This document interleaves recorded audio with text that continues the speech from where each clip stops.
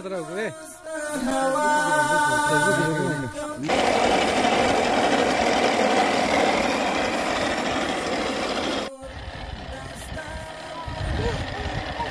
چې قانون دې با عزته برې کړي هور دغه وکیل صاحب ټول عمر دې د حرامو ګټه کور ته وړله نن دا قرآن پاک په لاس کې واخله او د الله پاک رښتیا رښتیا ول شروع کړه دې ته با عزته حکم د پانسۍ کوي قاضي صاحب یو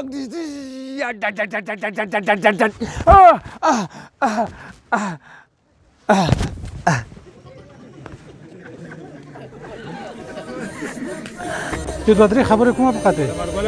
ثمرګل صاحب لږ بغوښ السلام علیکم ورحمت الله وبرکاته زمون په کلی زمون په علاقه او زمون په منطقه کې زمون د کاکا د زوی واده دی په همدې مناسبت باندې زمونږ مشران راغلي د مشورې په خاطر باندې او کشران راغلي د خدمت کولو په خاطر باندې واړه واړه بچنګي او همدارنګه د ماشومان هم راغلي په دې خاطر باندې چې په دې واده کې ګډون وکړي او د دې څخه خوند واخلي او دا ویډیو خاص دغه مسافرو په خاطر باندې چې د خپل هیواد نه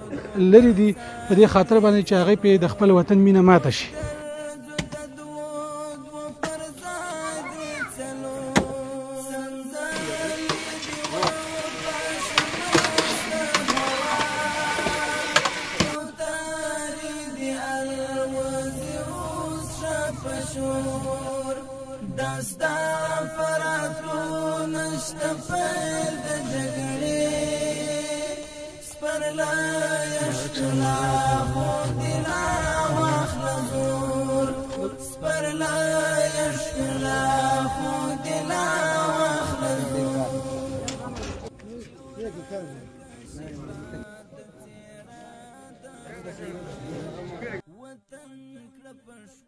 حاجي صاحب چې تاسو خفه نه شئ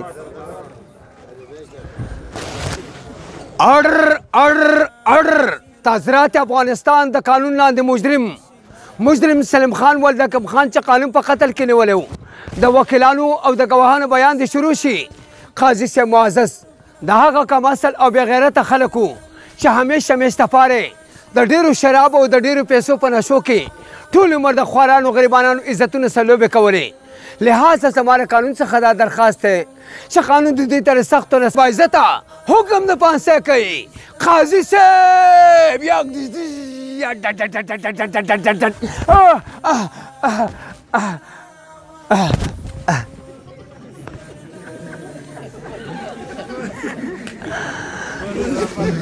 صحیح شکریہ من خوشحال ہو سیورے کامیاب ہو سیورے اللہ پاک ہم جن کے برکات واسے